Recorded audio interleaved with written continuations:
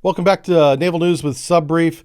Admiral Linda Fagan was relieved as Commandant of the Coast Guard after 2.5 years in that position. The Acting Secretary of Homeland Security took this action in his first day in his new position. So was this hasty, rash, a rush to action? Was it related to DEI or the fact that she was the first female Commandant of the Coast Guard? It turns out the Coast Guard has been failing to meet performance objectives for years, and today we're going to uncover why she was fired. This is the all-coast message that was sent January 21st, 2025. Admiral Fagan is relieved by Admiral Lunde. He was now Commandant of the Coast Guard. There was no fanfare, there was no notice, and I think this was unexpected to all parties involved. This is the Government Accountability Office report from September 2024. It found that 3 areas of the Coast Guard is failing to meet their responsibilities.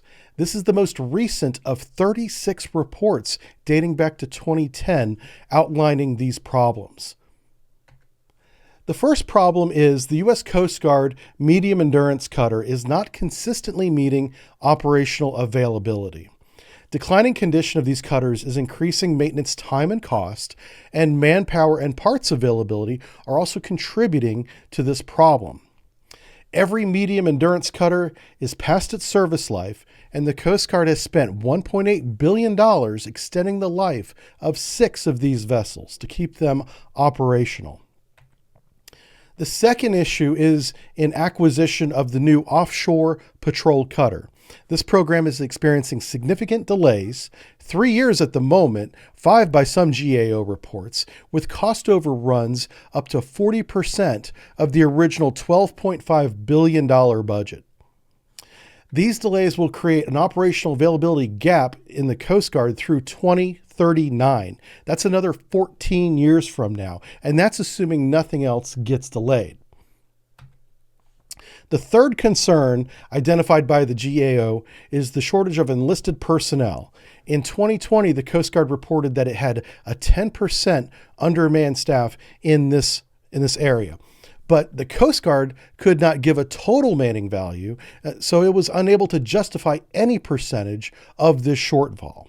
They didn't know how many they actually needed, so 10% meant nothing. 10% of what? They didn't know. In 2023, the Coast Guard had reportedly completed its workforce requirements and understood that it was actually 15% understaffed, not 10%. And as of September 2024, the Coast Guard had not implemented the GAO's recommendations to develop a plan for correcting this. They've simply, after all this time, identified the problem is a 15% undermanned problem with no plan on how to fix it yet. And this highly motivated individual you see on the screen here, this is Chief Medford, by the way. And if you join the Coast Guard, you will probably meet this man. He has a plan for the Coast Guard, a Coast Guard plan that will fix it. We should put him in charge. So of the 34 recommendations of the Government Accountability Office made, the Coast Guard only implemented 6 of them. Now, Chief Medford's standards are higher than 6 of 34. So Coast Guard leadership should have the standards that Chief Medford has, a higher standard. Chief Medford could also probably will the offshore patrol vessel into existence through his sheer motivational powers alone. Sounds like a superhero. Operational gaps are not limited to the cutters either. The Coast Guard Aviation has consistently failed to meet its operational goals year over year. The trend is showing maintenance and parts availability are reducing availability even further of helicopters and fixed-wing aircraft. And in 2024, 387 vacant billets in the aviation remain unstaffed. That means the other people in aviation, Coast Guard Aviation, have to fill in the work that is usually done by those 387 vacant positions. So the Coast Guard has not assessed the necessity for staffing or the skill levels for a large portion of these positions, which means they're simply filling the aviation billets with whoever they have available, knowing that they have this shortage that they've recognized as 15% overall. The problem is there is no standard requirement for many of these positions. They need to have technical training, but they're filling the positions with whoever they have. Complicating this assessment is the introduction of a new medium-range helicopter to the Coast Guard. They're getting a new helicopter. But the Coast Guard has yet to assess how many of these helicopters they need and even what type of helicopter they want and how it will impact Coast Guard operations. That hasn't even been done yet. The problem is not limited to not meeting operational requirements. The problem is that there is no plan. So who comes up with this plan? Who is the overall architect of the framework of the Coast Guard, or really any organization? It's the chief executive officer, or in the case of the Coast Guard, it is the Coast Guard Commandant. Now, that's why she was fired on day one of the new Homeland Security Acting Secretary's term. There was no plan on how to fix these issues, no completed plan. I'm sure that they had something in progress, giving them the benefit of the doubt here, but there was no plan to address these issues. For example, in 2014, the Coast Guard agreed to develop a plan, a long-term plan, to manage and balance cost for its highest priority efforts. It is in 2024, 10 years later, that plan, after 10 years, was never created, was never finished. There were 3 admirals, 3 commandants of the Coast Guard in those 10 years, and they all share responsibility for this failure. So I want to thank again and give a lot of credit to the people at the Coast Guard Accountability Office, the Government Accountability Office.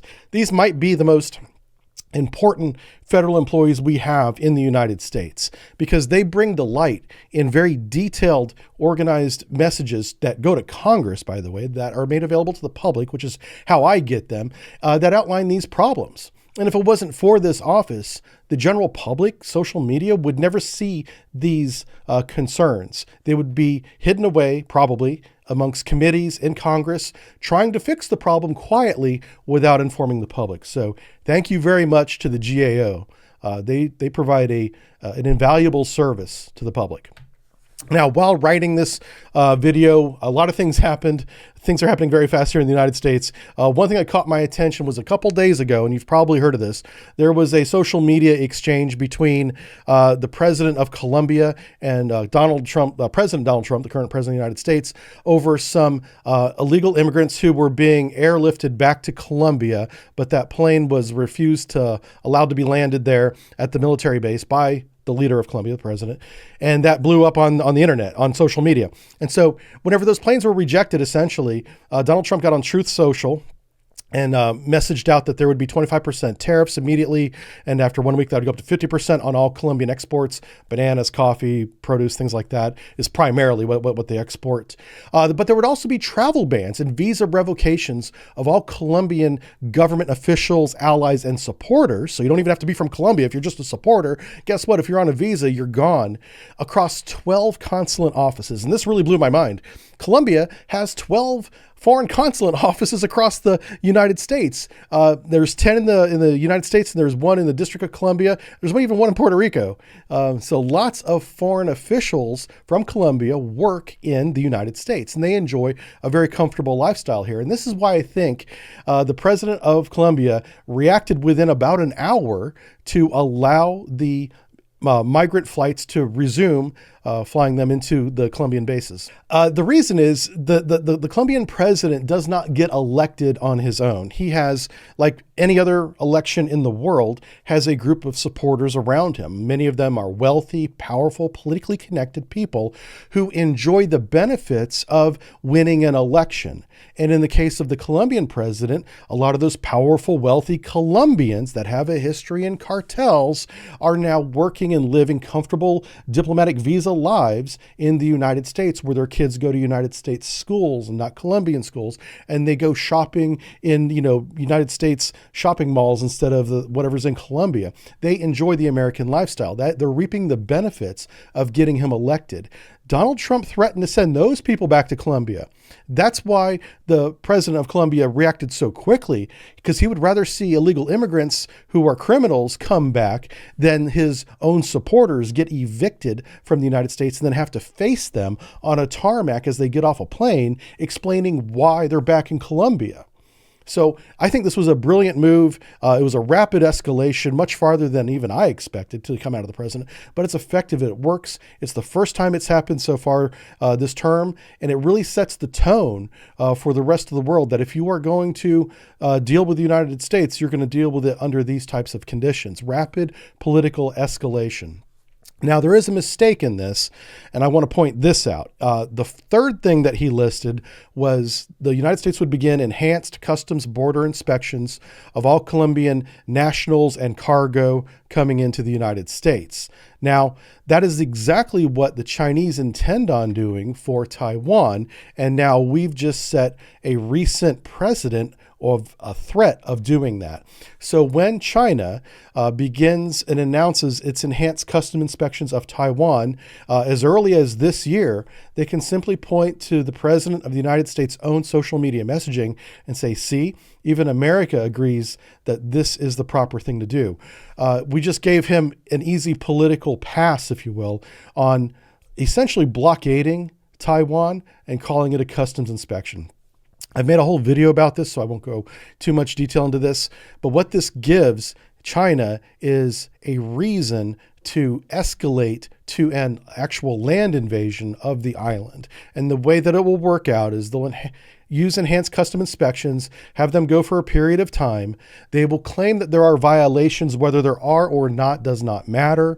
They will use the violations of these customs inspections as a precursor, a casus belli, if you will, for a land invasion to address the customs inspections issue. This whole thing is not going to be a blockade or a war or an invasion. It's going to be a law enforcement action against a Chinese territory, because even the United States has a one China policy still that states that Taiwan is part of China. It is a territory of China.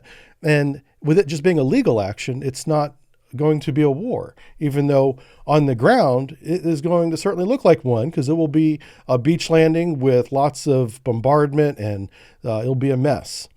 And we handed Xi Jinping a political pass on beginning that process as early as this year with enhanced customs inspections that the United States wanted to do against Colombia. And we'll see how that goes. We know when that happens, we'll dedicate a whole video to it, but expect it to come. It's going to happen, I think. Also, if you support this channel, we do have a Patreon, if you would, over here. So it's on this side. Please click the link. Give us a couple bucks. I would appreciate it. There's also some extra stuff over there. I usually throw some notes and some photos for these videos, as well as we do subbriefs. You get them a year in advance over there. Then they get on YouTube and other places. So anyway, I'll see you over there. Thanks a lot. Bye.